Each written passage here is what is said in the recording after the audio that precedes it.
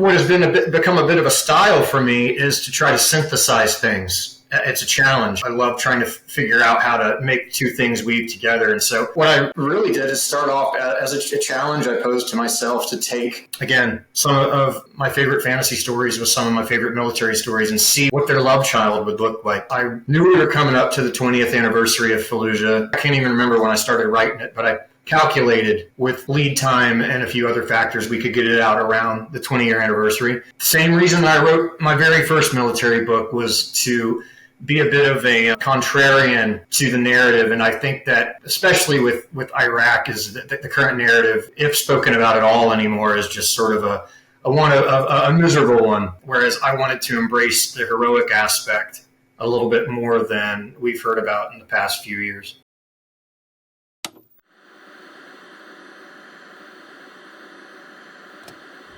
That's not much of a change for you, right? My name is Kight. I used to load bombs in the Air Force, and now I'm a writer, a filmmaker, and an entrepreneur. Through using the post-9/11 GI Bill to go to college, working hourly jobs to pay the bills, and freelancing my way into a career, I've studied what it takes to successfully transition from service to civilian, and that study has become a conversation. On this podcast, I speak to other veterans, successful artists, and entrepreneurs about their transition, what they did well, where they failed, what they learned, and most importantly, how they applied their skills. Episode 124 features David Rose, a Marine Corps veteran and the author of Screaming Eagle's Wings, a novel about the Battle of Fallujah, published by Dead Reckoning Collective. Welcome. This is Veteran Made. This episode is brought to you by Go Pills, a nootropic that gives your brain neurotransmitter support both acutely and over time. Those of us that served in the military, regardless of where we served and in what capacity we served, all came into contact with different chemicals, different percussions, and various elements of our environments that have affected our brain's ability to function. Think about your brain's performance and your mental health right now, yes, but think about your future too. We have so much more control over our long-term health than we realize. Visit gopills.com and use code VM15 at checkout for 15% off. That's VM15 for 15% off. Give your brain the neurotransmitter support it needs to perform well right now and over time. All right. Good afternoon from the great state of Ohio for me, the great state of Florida for you, David Rose. Welcome to Veteran Made. Hey, thanks for having me. Absolutely. Stoked to have you. Been a fan of yours for a long time. And obviously you're one of a long list of Dead Reckoning authors that have come on. And I loved reading this book. I'm excited for everybody else to read this book and excited to talk to you about this book. But for those who don't know who you are, if you could just give us a brief primer, who you are, where and when you served, and then we'll jump into some questions about Screaming Eagle's Wings. Yeah, sure. Well, my name is David Rose, and I served in the Marine Corps from 2002 to 2006, mostly as a recon Marine, 2nd Recon Battalion, and deployed to Iraq in 2004, 2005. Awesome. So I mean, this novel, and jumping right in, takes us into Iraq, and into an operation, then also kind of jumps around into a bunch of different times and a bunch of different places for some of these characters. Where did you start with this? Where did the idea come from? What made you want to write this particular novel at this particular time? Well, there's kind of two ways to approach that. I always wanted to incorporate some of my favorite elements of fantasy with some of my favorite military books. And so one of the things I've done as a writer, because I've really sort of crossed the library many times over, just sort of listening to the muse, we'll say. But what has become a bit of a style for me is to try to synthesize things. It's a challenge. I love trying to figure out how to make two things weave together. And so what I really did is start off as a challenge I posed to myself to take, again, some of my favorite fantasy stories with some of my favorite military stories and see what their love child would look like. The other answer to that question is I knew we were coming up to the 20th anniversary of Fallujah. It was about that book. I can't even remember when I started writing it, but I calculated with lead time and a few other factors, we could get it out around the 20-year anniversary. That I just same reason I wrote my very first military book was to be a bit of a contrarian to the narrative, and I think that especially with Iraq, is that the current narrative, if spoken about at all anymore, is just sort of a miserable one. Whereas I wanted to embrace the heroic aspect a little bit more than we've heard about in the past few years. I want to come back to the contrarianism there in a little bit, because there's a couple of lines as I finished the book up this morning and kind of went back through the places and chunks that I marked up. So we will definitely come back to that, because there's a couple of questions I have specifically. But on the idea of synthesizing things as a writer, how intentional has that been for you over your journey as a writer, as an author, as an artist? Or was that something that you noticed early and capitalized on? It definitely wasn't my initial. It wasn't what got me to write in the beginning. It was something that I just sort of like the ringing in my ears, that suddenly I'm like, wait a minute, how long have I been hearing this? Is that I suddenly noticed a few years in that I would go back to my all-time favorites, and I would reverse engineer. I'm like, well, what was it about Brian McNaughton's Ringard and Dendra that would make me read it 8 times in 1 month? Like, what was, and I would try to unweave the rainbow, which I don't recommend the casual reader doing. It's only for us alchemists, because you can kind of destroy a little bit of the magic when you are able to make an equation or a formula out of something that touched your heart so deeply. But so I noticed that I was doing that, and then I noticed that I was trying to put it into a different genre. Like the story that I just cited is horror fantasy. And I'd be like, well, how could I take maybe that little formula that I distilled and put it into like a military fiction novel, something like that. I just noticed I was doing it. And then I was like, okay, apparently this is something that I really enjoy, because I mean, I hate to sound bleak, but the publishing industry is truly a labor of love. And once you've gotten your first book, hey, good on you. About 3-4 books in, you have to really dig deep as to why you're going for your 5th and your 6th and your 7th, because chances are you're not going to be J.K. Rowling or Stephen King. So I just noticed I was challenging myself with this, and so I rolled with it.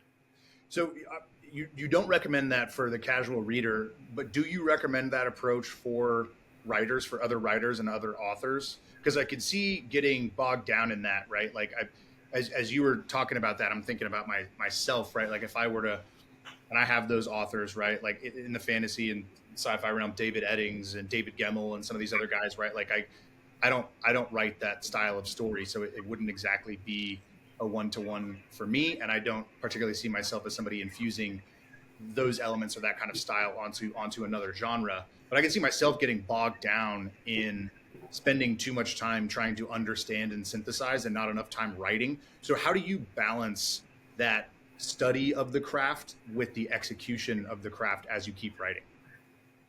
I would say just the same way you would balance being a writer and just being a reader, is that, what hours do you like to write during the day and read at night, or the inverse, is that you just start to develop an eye for it, probably the way you would if you were an avid hunter or something, that you start noticing a sign and tracks and weather patterns and things like that. Is that if it's bogging you down, then I would probably say step away. But if it's fun, if you are able to detect, like I'll give you this is completely off the top of my head, but the old movie Jason and the Argonauts, like the old Turner Classic movie, is my dad got me into that era of film many, when I was a kid.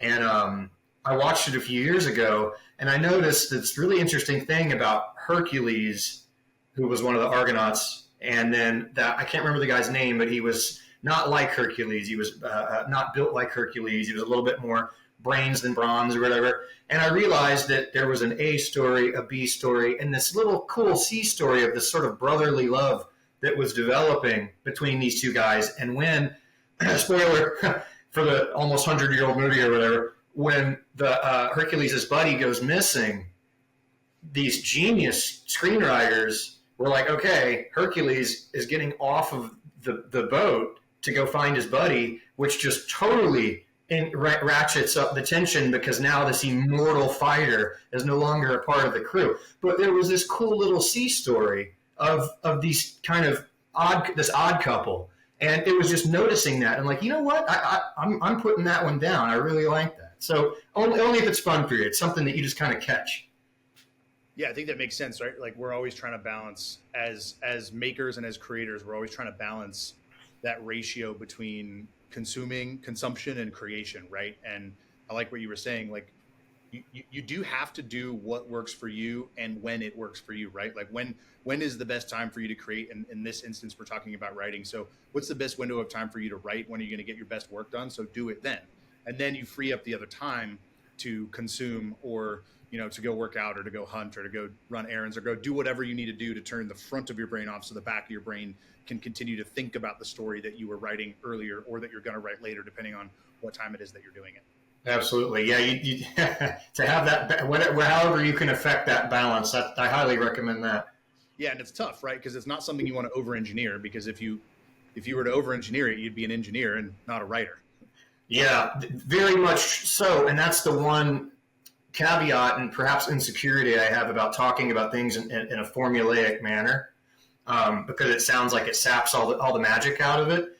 But you're right, is that as much as you can go, oh, A story, B story, whatever, set up, payoff, whatever, is that you aren't an engineer. It is an art. It's not a science. And there should be that element of that sense of discovery, which is so important for a writer.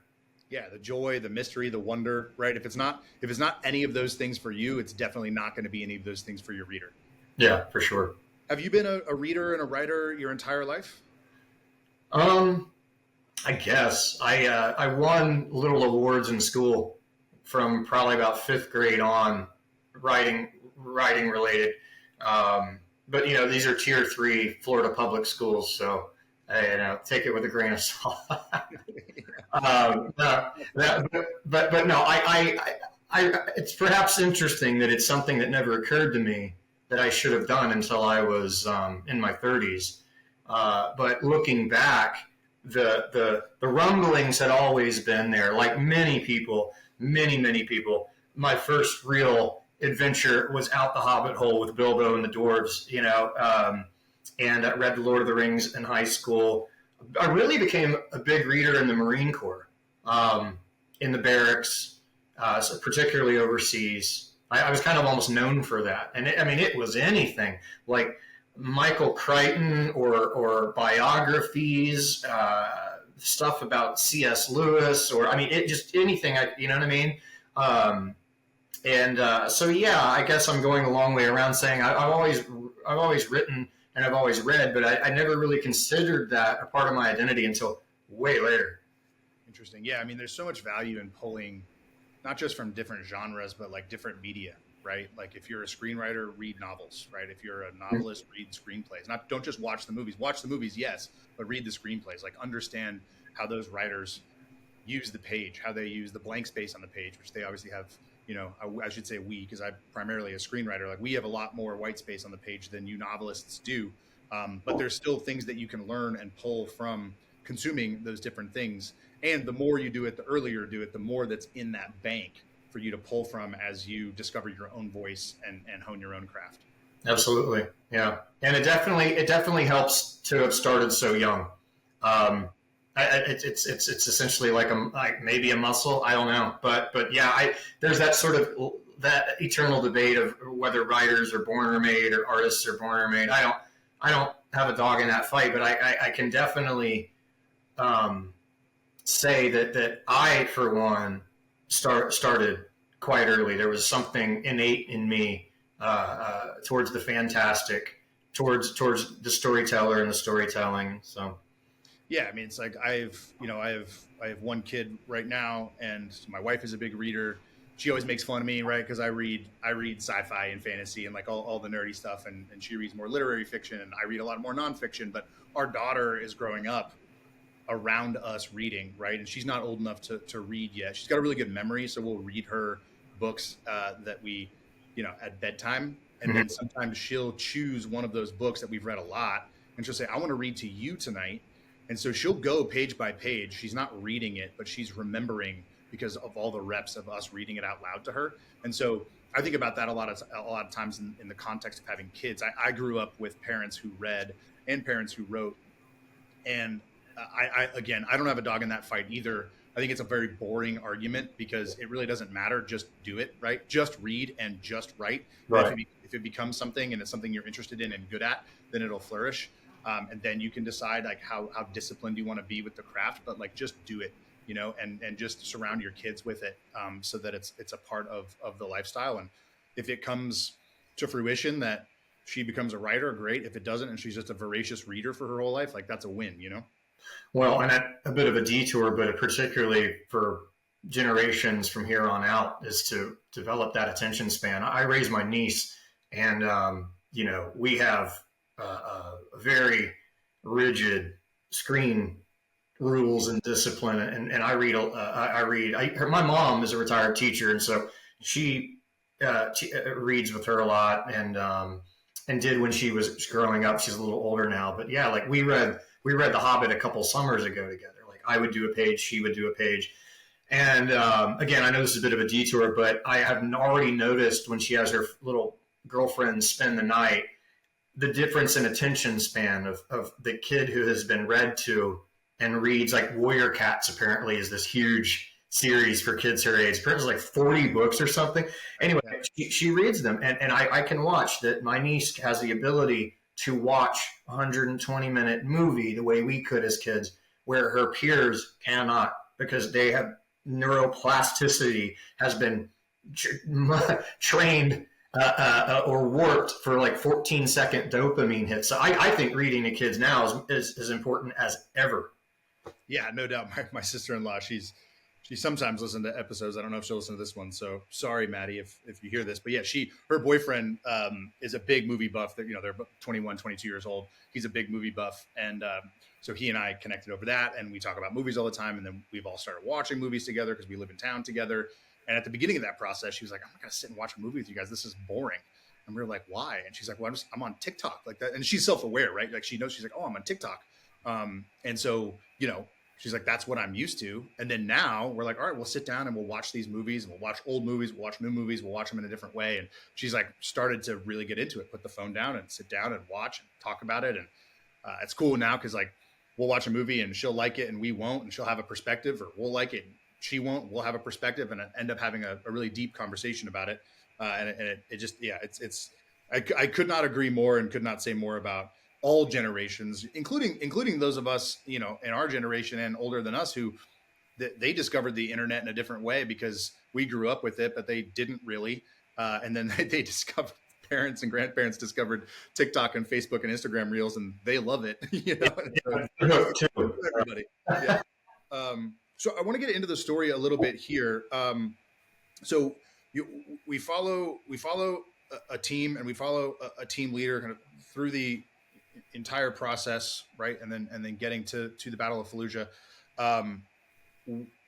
How much of this was autobiographical, and how much of it did you pull elements from yourself and your experiences and teammates and platoon mates and different people? And depending on what the answer to that question is, like, how difficult was it for you to fictionalize something like that you have experience with?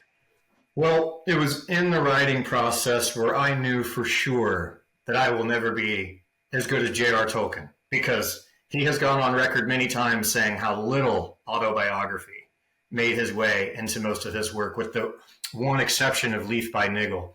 But I'm just not that good. I pulled from my own experiences quite a bit. In fact, I actually pulled from my first book, Spent Shell Casings, or No Joy was its later iteration, because it got picked up by a more traditional publisher. I pulled from that book almost directly a couple times, just sort of repackaged it to fit what I was trying to achieve with Screaming Eagle's Wings. But I actually don't want my dad to read this book. He usually reads my stuff, but he's he has found himself in my fiction and my non enough to know where some of the darker family topics come from, and we've kind of, I don't know, we're at a better place, you might say, thank God. And I cringe at the thought of him seeing Tyler's father as a fictional reflection of some of the things of our family. But, that answers your question, is that, but there was a reason that I specifically pulled from my own life, is that not that I couldn't cobble together a backstory of a character, but one of the main things that I wanted to show in Screaming Eagle's Wings is that the generation of warfighter who fought in things like Fallujah, in my opinion, backed up by some scholarly PDFs I could pull up, that we are in a culture in decline, and that a lot of them came from broken homes, and a lot of their friends and family members dropped like flies from opioids, while they were overseas, things like that. Is that the brotherhood and the sense of purpose for a lot of us was not a dark point in our life. It was a high point. The dark points are where we were before boot camp, and for some of us, what we returned to. So I pulled from myself. I put myself on the chopping block, because that's how it was for me. Was it difficult for you to, in the context now, after I've read the book, and you just said that what you said about not necessarily wanting your dad to read it, how difficult was it for you to push through, and more than just your dad, right? There's elements in the story that you pulled from other places for yourself, that were, seemingly dark and uncomfortable, at least to read on the page. How uncomfortable was it for you to write, and how did you push through knowing that you were pulling those elements, and that these folks might in fact consume this at some point, or might in fact read it? How difficult was it for you to push through that? Or was it just like, I got to tell the truth the way that I see it, and that's what's most important? They read Spent Shell Casings, which is far more graphic, and was much more of a punch in the face to all who read, be it the family or the entire GWAT, which I still marvel at the amount of support that book has received. I originally intended to be this sort of Johnny Rotten sort of lead singer of the Sex Pistols with 300 one-star reviews, and it went completely the opposite direction for the most part. But anyway, I've pulled from those elements a number of times. It was actually quite easy. It was quite fun, because this book had such a inborn structure that I knew where this was going. This wasn't cathartic. It wasn't anything like that. It wasn't like, just get it out. That happened 10 years ago. This is really helping me show what I'm trying to show, which is that the time overseas for a lot of guys in my generation, and the brotherhoods and friendships forged were a high point, and so it was fun, man. Yeah, and that kind of gets us into the contrarianism that you were talking about before. We had very different experiences in the military, and different experiences, before the military and after. But I couldn't help but see that you captured exactly what you're describing for yourself and for me, and I would imagine also for other service members who served in a different capacity in the GWAT, right? So like I was a bomb loader on F-15s. I went to Afghanistan twice, never left the wire.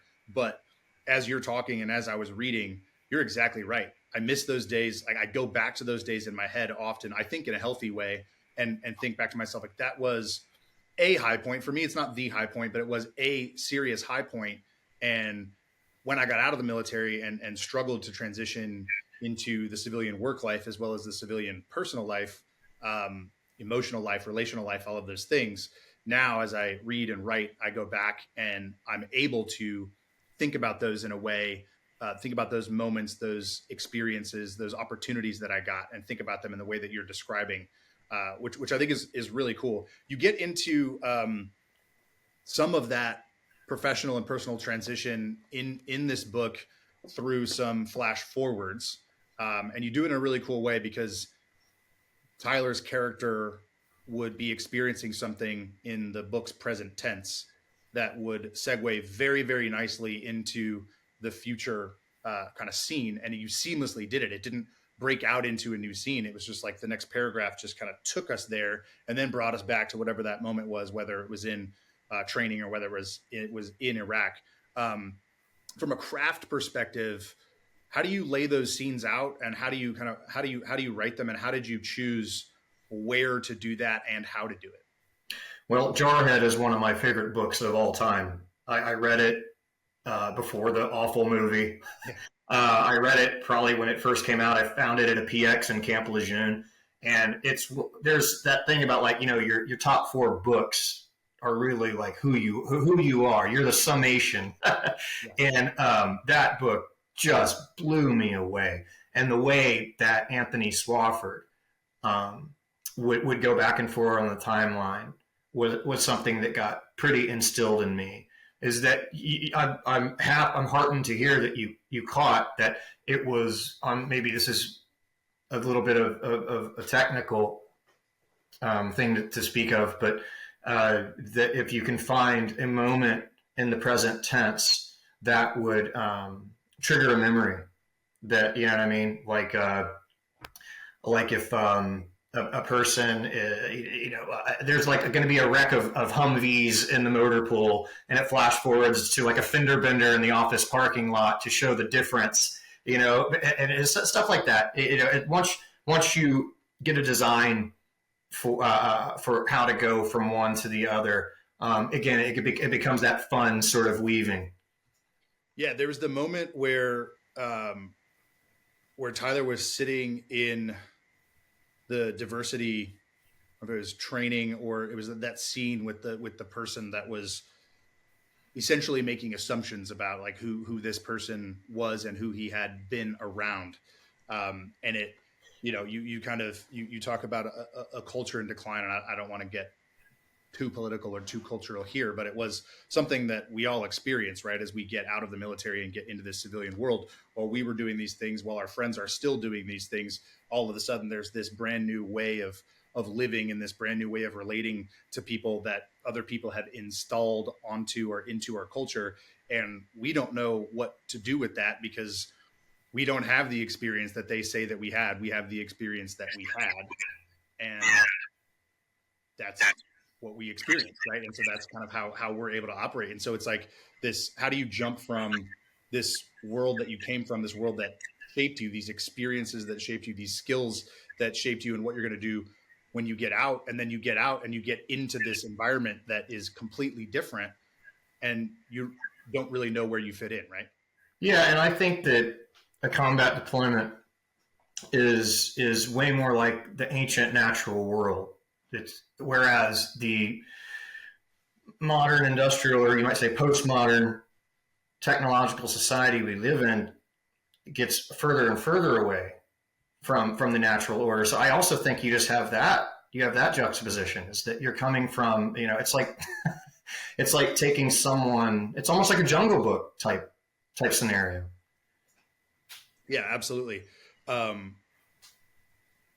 just found the moment where, Tyler's in this moment with this HR head, and he's present and listening to what she's saying, but also not really listening to what she's saying because she's, in his head. And it's like Tyler went back to LT's Dress Blues and couldn't help but laugh. Like, is something funny? The HR head asked, crossing her arms. Tears came down Tyler's face. He wiped them. No, ma'am. The whole company took in a collective gasp. Those nearest creaked their necks, giving him concerned grimaces as they all cringed. And Tyler's like, I mean, no, right? Like, he was being respectful, right? He knew that he was breaking the new norms because he was thinking about something else, and he laughed at an inappropriate time. tries to respectfully say, no, I'm sorry, I wasn't laughing at what you're saying. But then what he does continues to dig himself into that hole. Yeah. And he's completely lost, right? And he's like, I got to put my phone back in my pocket because I don't know what I'm doing here. Yeah, it reminds me of something out of the movie Office Space, which I'm sure was sort of swimming around in my head during the first draft. Absolutely. So with Tyler's character, right, like there's something I noticed where he has a few different names, right? And you, the author, as the author, you call him by those names kind of either during those times or in reference to those times. And as it gets closer to the climax of the novel, that it kind of crosses a few times, and it's like, you know, Tyler and Bags, and doesn't really know, you know, where he is, or like kind of almost who he is in those scenarios. And then we've seen the flash forwards, having read the book, the previous pages in the book. And so we know where he's going to be and what he's going to be experiencing. How did you think about his character as you were crafting it, especially in light of so much of this being autobiographical? What did you think about as you were writing who he was during each period of his life and what his name was during each period of his life?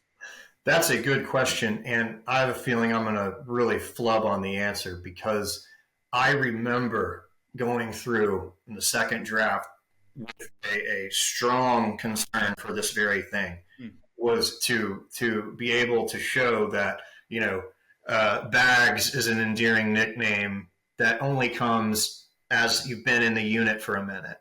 And that, you know, that's really common. Like if somebody has like a funky last name, they'll say it a certain way.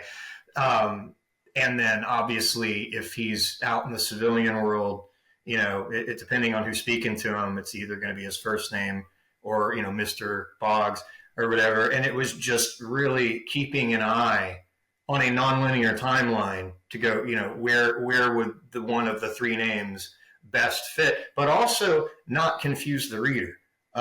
That was another concern that I had, but it seems the feedback I'm getting from you is that I seem to have pull it off. Yeah, no, you definitely do. Why were you? I mean, you just mentioned one specific concern, but the first concern, you said you were really concerned about it as you went back through a draft to do some edits. What were you concerned about?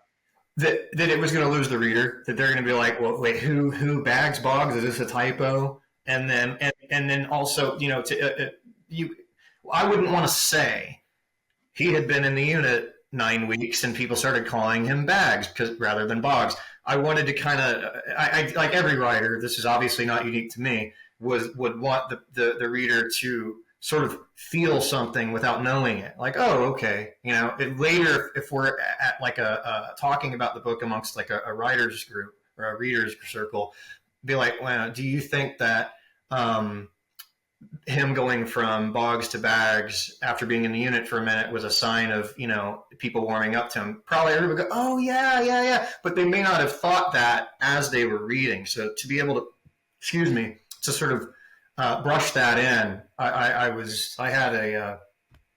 was a concern of mine. Yeah, that makes sense. I mean, yeah, especially in that context. So kind of back to the contrarianism that you were talking a little bit about before.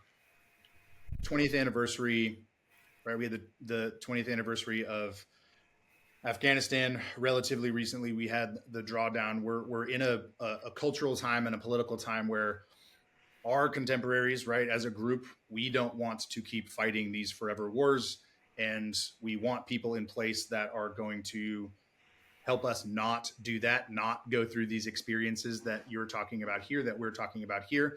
But at the same time, we're also looking back and thinking about these experiences fondly because of how they shaped us. Not that I'm asking you to speak for the GWAT generation, but just from your perspective, releasing this novel at this time, telling this story in this way, you are very honest about the mistakes that were made and you know, kind of what were we doing there exactly, and your unit in particular was doing different things than the grunts that were there.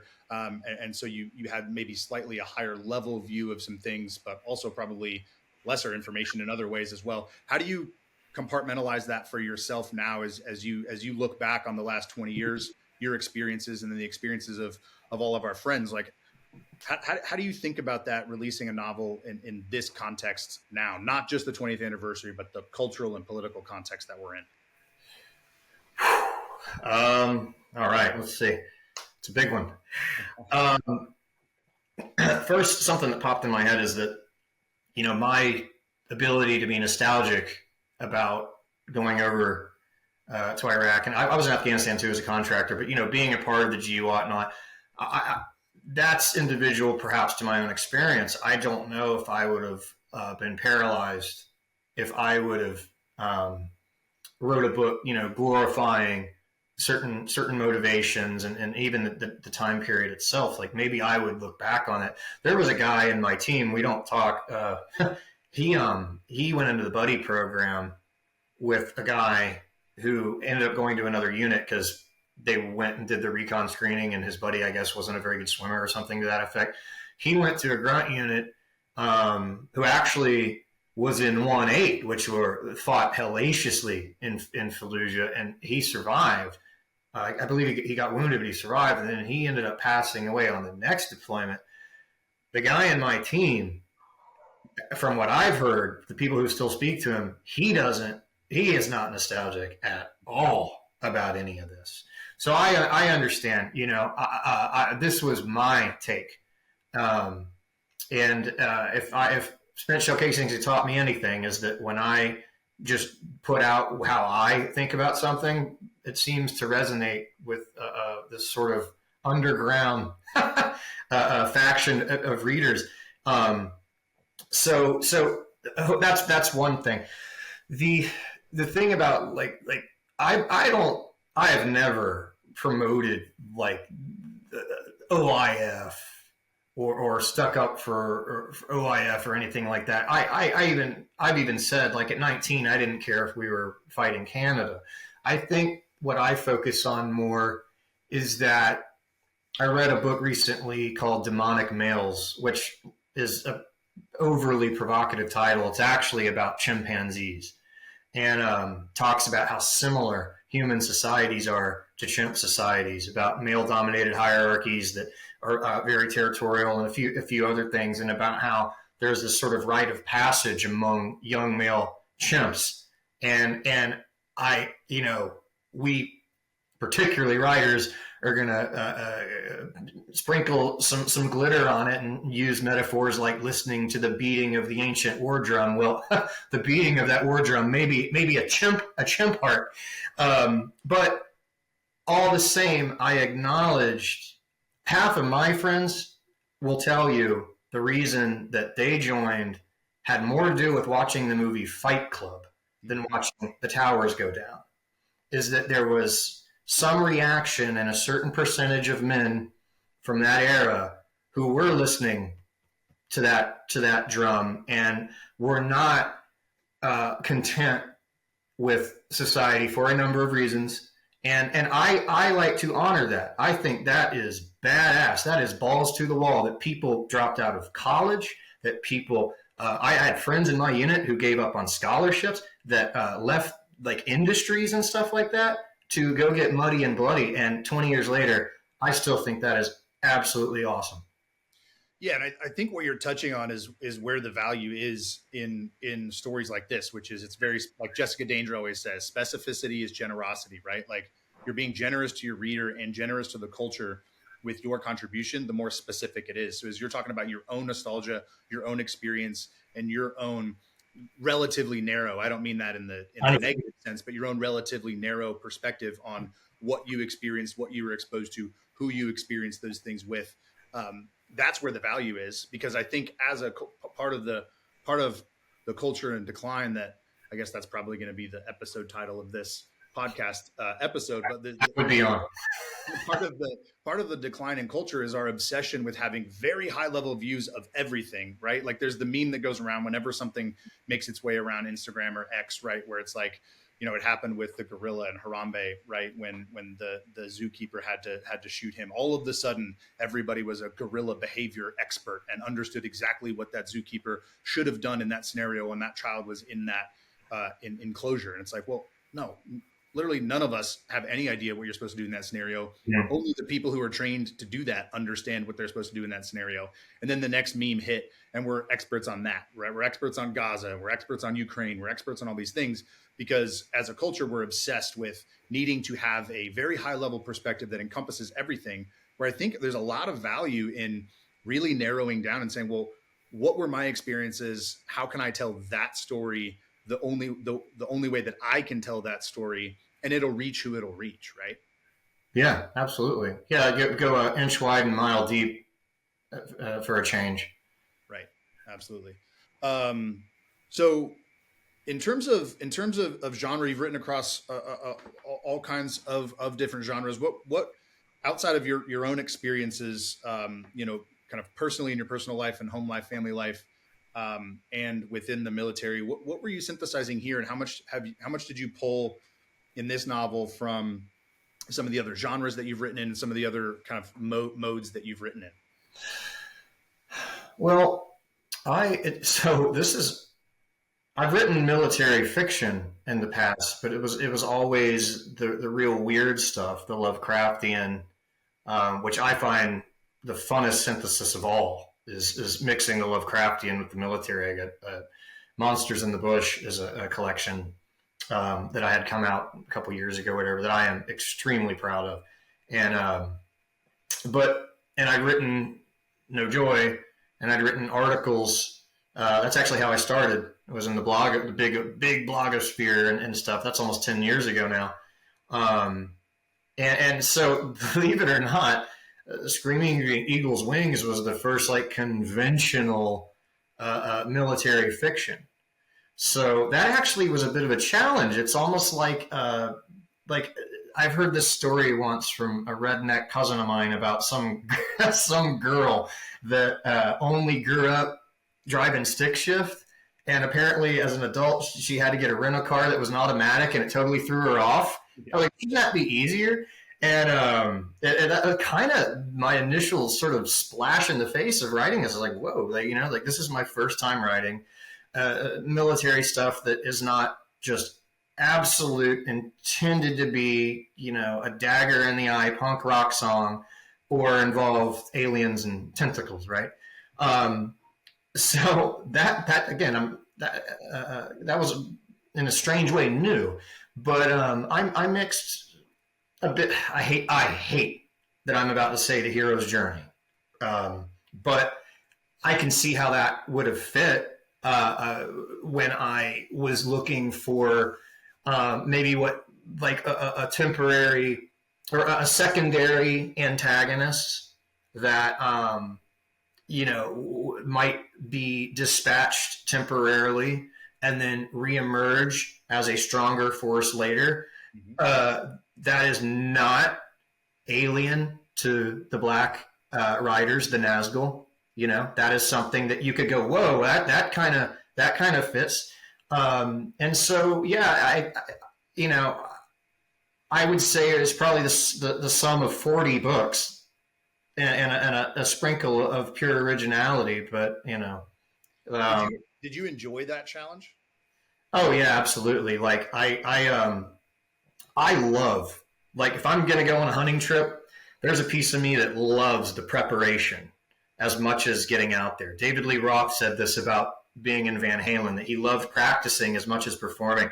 I love going over like potential timelines on a dry erase board and everything. It's like, it's as much, there's just some personal joy, because that is absolute pure creation, that you're like, what about this? What about that? It's as quick. You're not deleting 15,000 words. You're deleting, you're erasing something that you took 3.2 seconds to write. It's just furious, and it's highly creative. And so a lot of that initial challenge was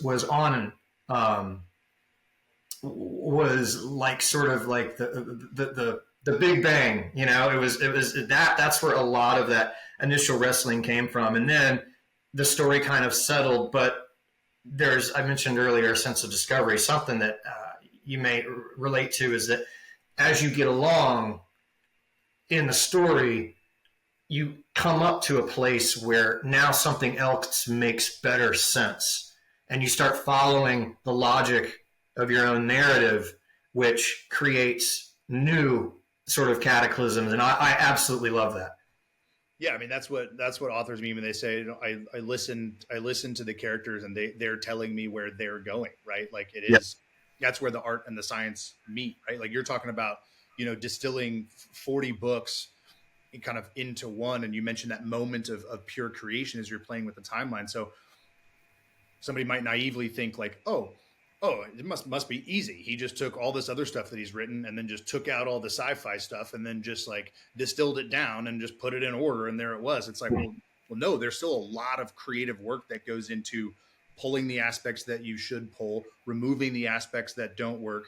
Where you like the Nazgul characters that are in this novel. I had that exact thought, by the way, just so you know, as I read that moment when they're in the city and the row of four, the four row. I'm like, I was like, oh, that's that. Like, and it didn't take me out. It just I just read it and I loved it. I don't want to give it away.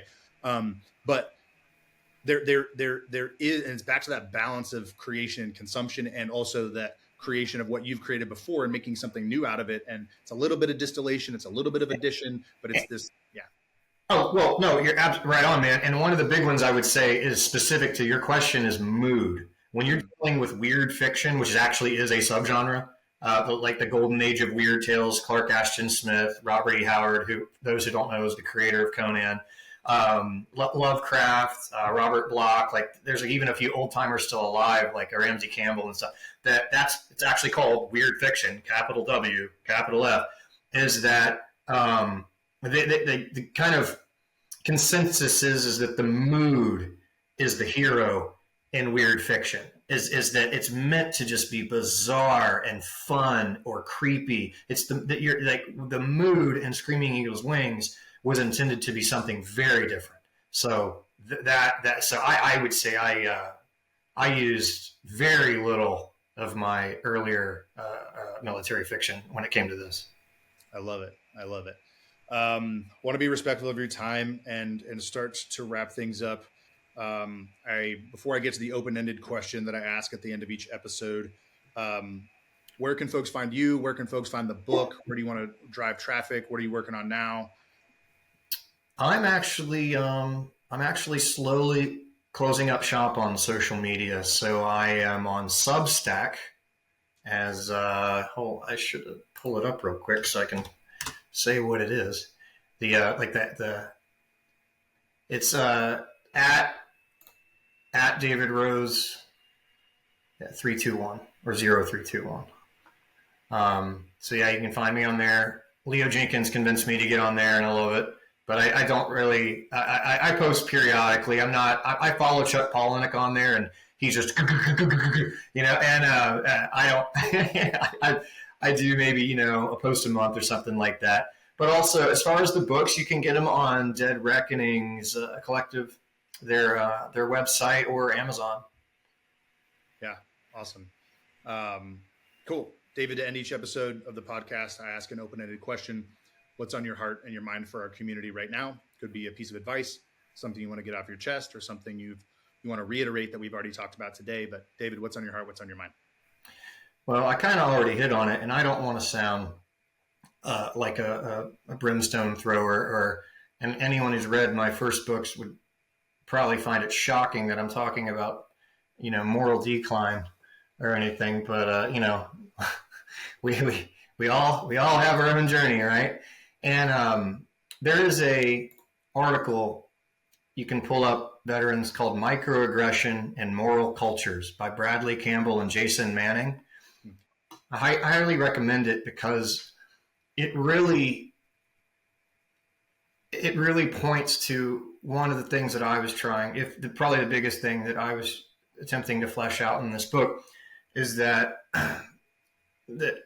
cultures can go from an honor culture, which has a lot of negative trade-offs. This is the era of dueling and very little communal law or institutionalized law, to dignity culture, which tends to be sort of the high watermark of cultures. This would be where, the golden rule tends to precede a lot of dealings with one another, that people would feel a certain sense of shame at theft and things like that.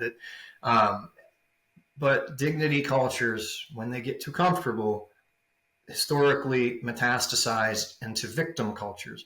And that article really points to something that really spoke in me, is that I thought it was a very strange thing years ago when at the same time the veteran community were being spoken about as, ninjas and Navy SEALs, and, they're naming CrossFit workouts and Spartan races and Tough Mudder, this and that, you know what I mean? That were these just heroes and patriots and badasses. But at the same time, there was the 22 a day, and there was this sort of whole cottage industry. There was, beanies and Nalgene bottles that were being sold based upon this good intentions, for the most part, I believe. But it took me many years to figure out, until I read that article, is that the United States has slipped into a bit of a victim culture, and the veteran community of the GWAT, in many cases, were the first to really, unfortunately, eat it hook, line, and sinker. And it's become a self-fulfilling prophecy. When you believe that you are the victim of X, Y, and Z, it really hobbles your growth. And my message would be, other than to read that article and read Screaming Eagle's Wings and read me on Substack, even though I probably got my attribution wrong, is that we are not victims. We did, so the best of our generation, we did some extraordinary stuff, and all this gray hair hasn't made me forget that. And I hope the same for you.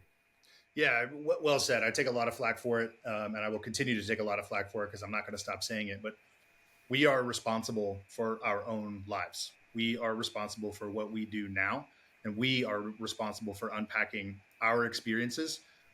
Yes, individually, and yes, collectively within some of these smaller groups within the veteran community, like the Dead Reckoning collective community or Patrol Base Abate, or any other great organization that builds community within community. We need each other, but we need ourselves, and we need to take responsibility, and we need to reconnect with the civilian community as well. We cannot continue to just exist in this isolation. This can't be a woe are we story. It can't be, because we didn't serve for that reason.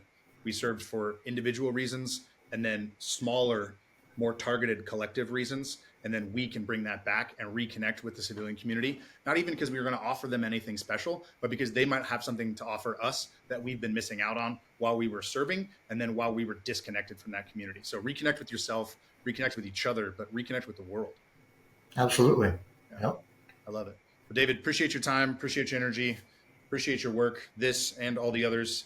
And I know you'll be off social, but let's do this again sometime. All right, Kerry. Thank you so much for having me, man. It's been a good time. Thanks. We'll see you.